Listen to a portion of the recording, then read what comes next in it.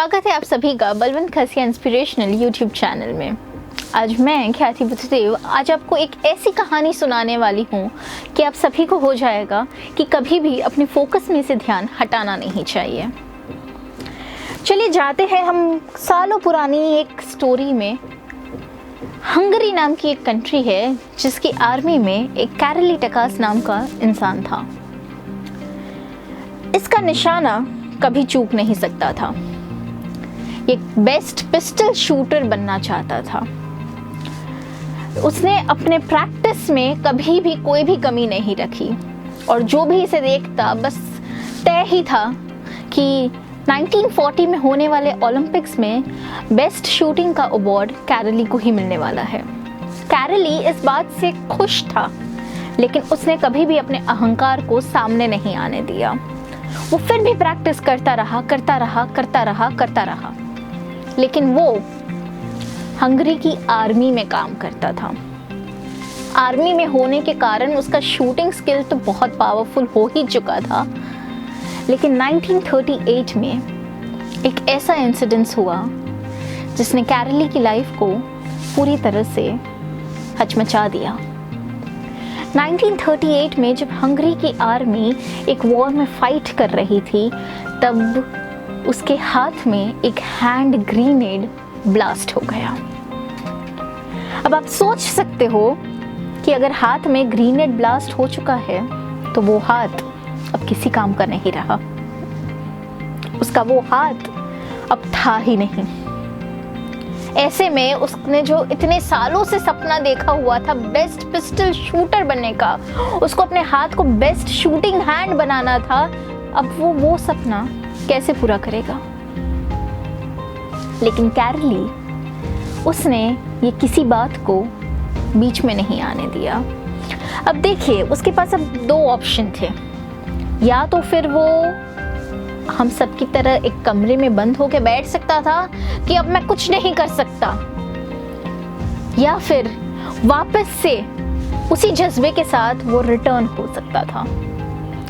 कैरली हार मानने वालों में से नहीं था। उसने पहले से जो ठान के रखी थी कि मैं अपने हाथ को shooting hand best shooting hand बनाऊंगा और ओलंपिक्स जीतूंगा, ये उसका जज्बा उसने आज भी कायम रखा। उसने जो ठानी थी वो बात उसने आज भी ठान कर ही रखी थी। उसके साथ हुए उसने इंसिडेंसेस को बीच में नहीं आने दिया। तो अब कैरली क्या करता? हाथ तो था नहीं, लेकिन कैरली के पास जो था वो था उसका दूसरा हाथ। उसने उसके लेफ्ट हैंड को इस्तेमाल करने का सोचा।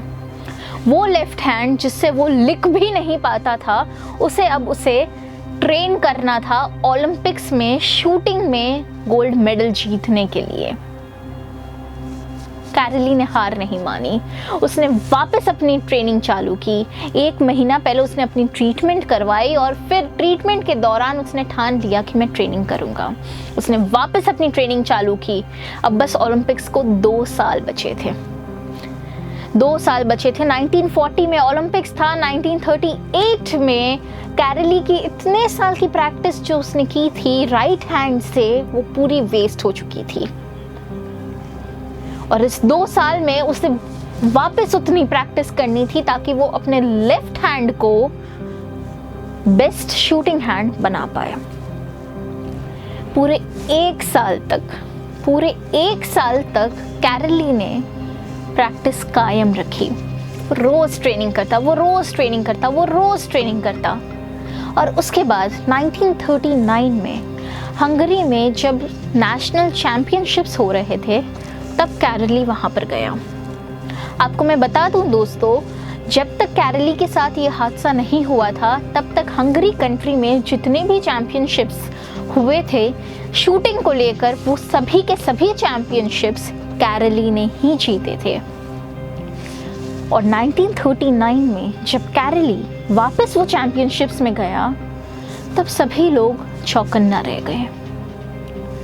सबने उसे शाबाशी दी कि तुम एक सच्चे स्पोर्ट्समैन हो। आज तुम्हारा हाथ नहीं है, फिर भी तुम ऑडियंस बनके ये चैंपियनशिप को देखने आए हो। क्या तुम्हारा मन नहीं रोता है? इस पर कैरोली ने एक जवाब दिया। कैरोली ने कहा कि मैं यहाँ पर देखने नहीं आया हूँ, मैं यहाँ पर आप सभी के साथ ही कॉम्पीट करने आया हूँ, मैं भी ये प्रतियोगिता का हिस्सा हूँ, मैं भी ये नेशनल चैंपियनशिप में पार्टिसिपेट कर रहा हूँ। अब आप सोच सकते हैं कि उस वातावरण में क्या छाया होगा। सब अपने कानों से सुनी हुई बातों पर विश्वास नहीं कर पा रहे थे कि ऐसा इंसान जिसने इतने साल प्रैक्टिस की, जिस हाथ से प्रैक्टिस की, अब वो हाथ भी उसके पास नहीं था और वो ये बोल रहा है कि वो अभी भी पार्टिसिपेट करेगा। हाँ, क्योंकि किसी को ये नहीं पता था कि कैरोली पिछले 1 साल से उसके लेफ्ट हैंड को ट्रेन कर रहा था शूटिंग के लिए।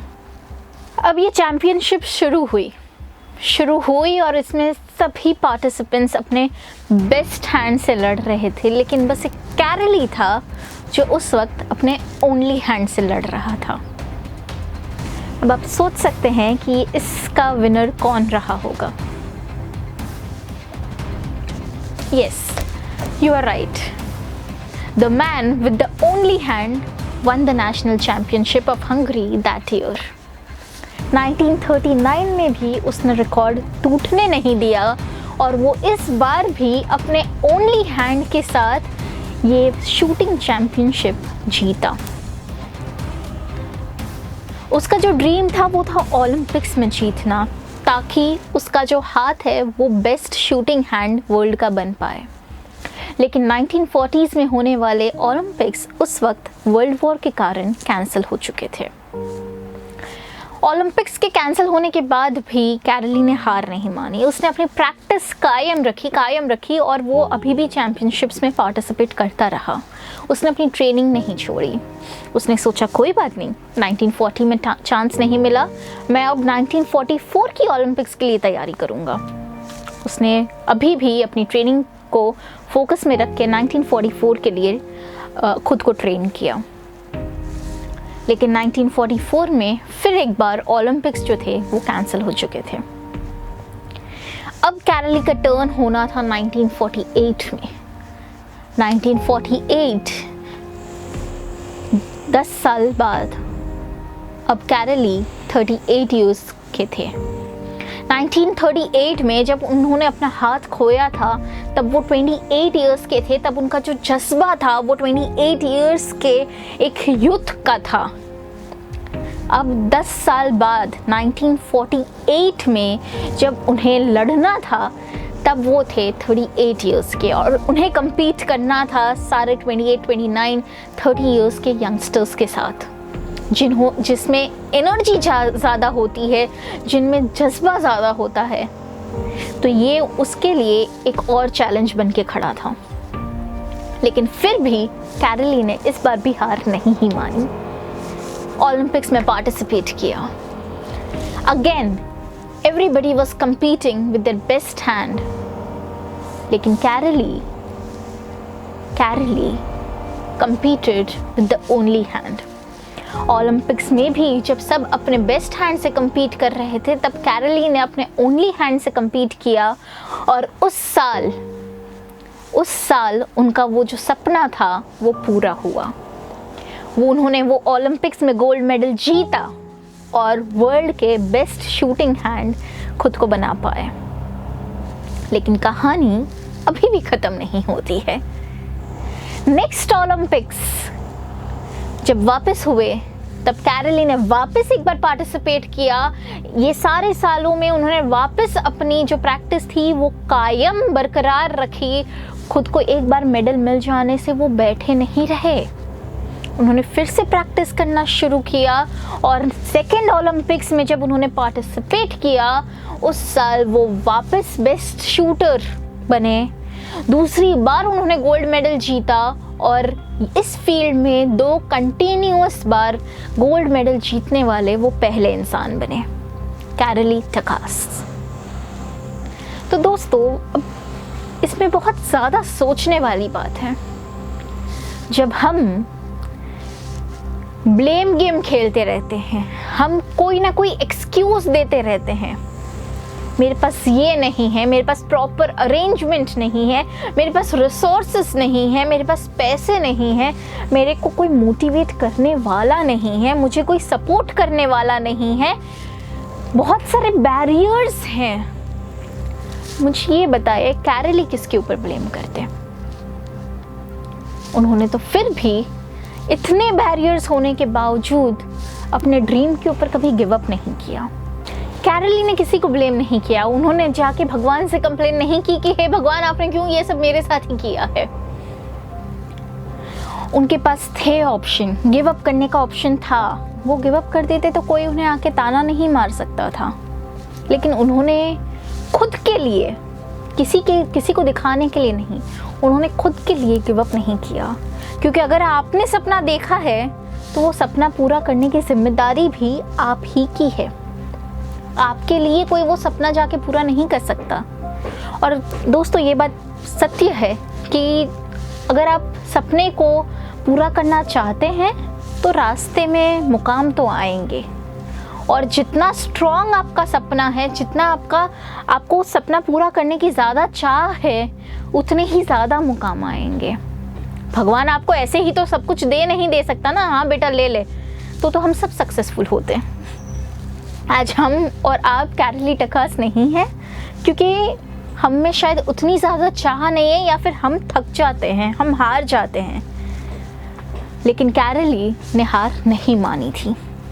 उन्होंने किसी पे ब्लेम नहीं किया, कोई एक्सक्यूज़ नहीं दिया कि मैं ट्रेनिंग नहीं कर पाऊँगा क्योंकि मेरे पास प्रॉपर रिसोर्सेज नहीं है। नहीं, उन्होंने ट्रेनिंग की, उन्होंने किसी को बताए बिना ट्रेनिंग की। हमारी तरह सोशल मीडिया में वो पोस्ट नहीं करते थे gym workout day 1, gym workout day 56, ये नहीं होता था।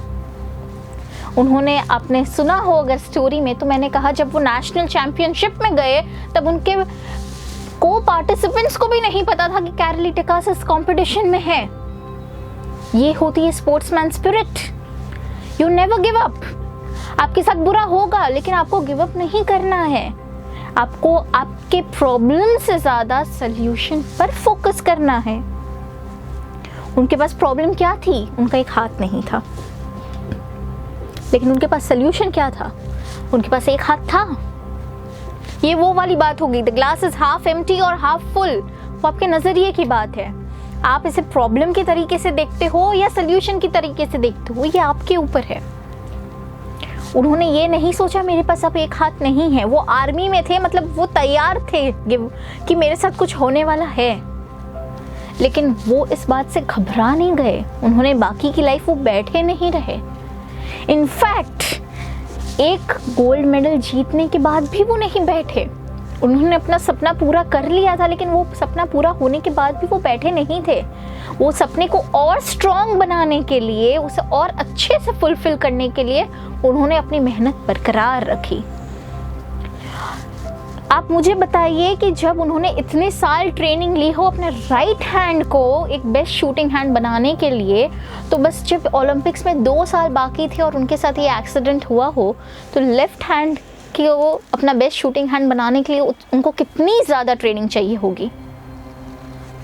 जिस हाथ से वो लिख भी नहीं सकते थे, उस हाथ को जब उन्हें शूटिंग के लिए ट्रेन करना था, पिस्टल से शूट करना था, तो उसके लिए उन्हें कितनी ज़्यादा ट्रेनिंग चाहिए होगी। तो उन्होंने की होगी, तभी वो 1939, 2 साल भी नहीं, 1 ही साल की इतनी इंटेंसिव ट्रेनिंग के बाद वो वापस नेशनल चैंपियनशिप जीत पाए होंगे। आपके पास भी 24 घंटे हैं, मेरे पास भी 24 घंटे हैं, और कैरली के पास भी 24 घंटे ही थे। लेकिन वो 24 घंटों का यूज़ कैसे करना, वो कैरली ने तो बहुत अच्छे से जान लिया था। उसे पता था उसका फोकस क्या है। उसे अपने हाथ को बेस्ट शूटिंग हैंड बनाना था बस, चाहे उसको उसके लिए कुछ भी करना पड़े। जब आपका फोकस क्लियर होता है तो आपको रास्ते अपने आप दिखने लगेंगे।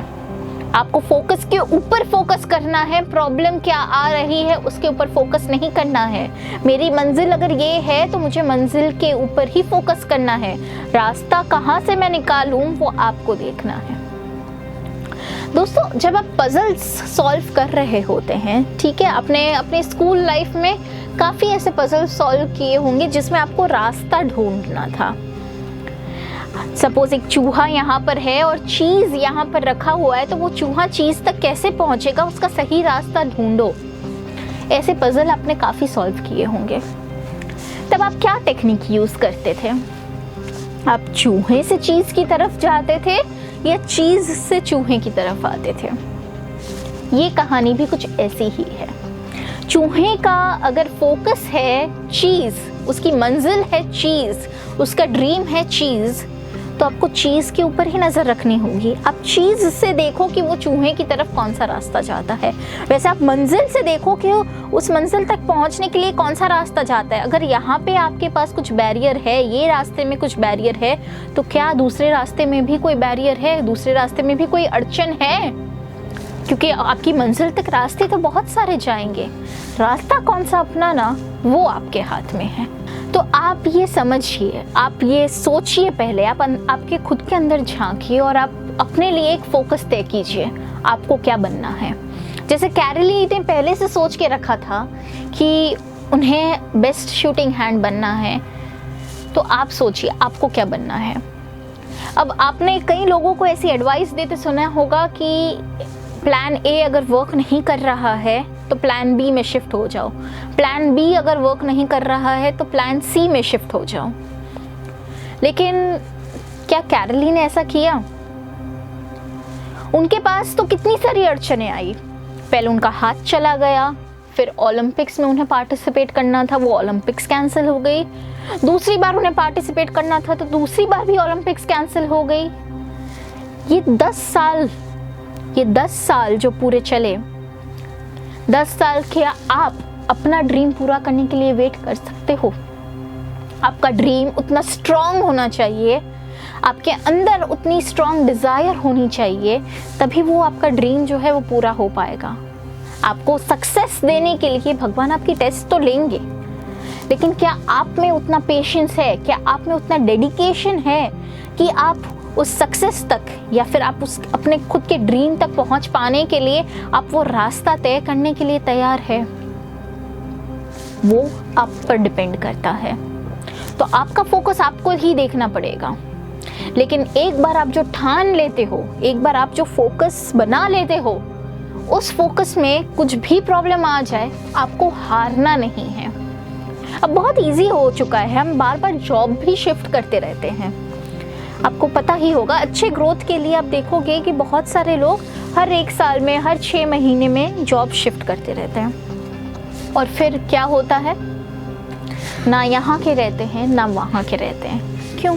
क्योंकि उन्हें नहीं पता कि उनका फोकस क्या है। अच्छे पैसे मिल गए, चले गए करने के लिए, लेकिन क्या वो काम करना आपको पसंद है? क्या आप खुद को कुछ भी काम करने से पहले ये पूछते हो, क्या ये मुझे पसंद है, क्या ये मैं कर पाऊंगा? कर आप सब कुछ सकते हो, कर पाऊंगा इज नॉट अ क्वेश्चन। कर आप सब कुछ सकते हो, लेकिन क्या आपका फोकस वो है? If you are not working towards your focus, you are only wasting your time. अगर आप अपने फोकस की तरफ कदम नहीं बढ़ा रहे हो, तो आप बस और बस अपना टाइम वेस्ट ही कर रहे हो। इसलिए जब भी कोई भी एक्टिविटी आप करते हो, तो बस इतना ध्यान दो कि आप फोकस की तरफ जा रहे हो, ऐसी ही कोई एक्टिविटी करते हो। तो आपको plan B, plan C, plan D, कोई भी प्लान बनाने की ज़रूरत नहीं है। प्लान ए पर फोकस करेंगे और प्लान ए के फोकस तक आप पहुंचने के लिए अगर आप एक्टिविटीज़ बनाएंगे, तो आप प्लान ए के फोकस तक पहुंच ही जाएंगे। आप अपने ड्रीम गोल को फुलफिल कर ही पाएंगे। आपको कोई प्रॉब्लम नहीं हो सकती। फिर प्रॉब्लम्स आएगी, लेकिन आपका जो डिटर्मिनेशन होगा उस वक्त आप पार कर ही लेंगे। आप सबने सुना होगा, भगवान उन्हीं को हेल्प करते हैं जो खुद की हेल्प करते हैं। यानी कि अगर आप चुनौती को देखकर आप वहाँ से यू टर्न ले लेंगे, तो आपको आगे की सफलता तो नहीं ही मिलने वाली है। वहाँ पर आपको भगवान नहीं ही हेल्प करेंगे। फिर आप यू टर्न से यू टर्न ही मारते रह जाएंगे। तो आपको क्या करना है? चुनौती को स्वीकार करनी है, हर चुनौती से लड़ना है, या फिर कायरों की तरह एक यू टर्न लेके वापस से जहाँ थे वहाँ चले जाना है, ये आपके ऊपर है। दोस्तों, अगर आपको ये वीडियो पसंद आया हो तो हमारी चैनल को सब्सक्राइब करना ना भूलें, ये वीडियो को लाइक करें और आप अपने हमें फीडबैक अब हमारे कमेंट सेक्शन में दे सकते हैं।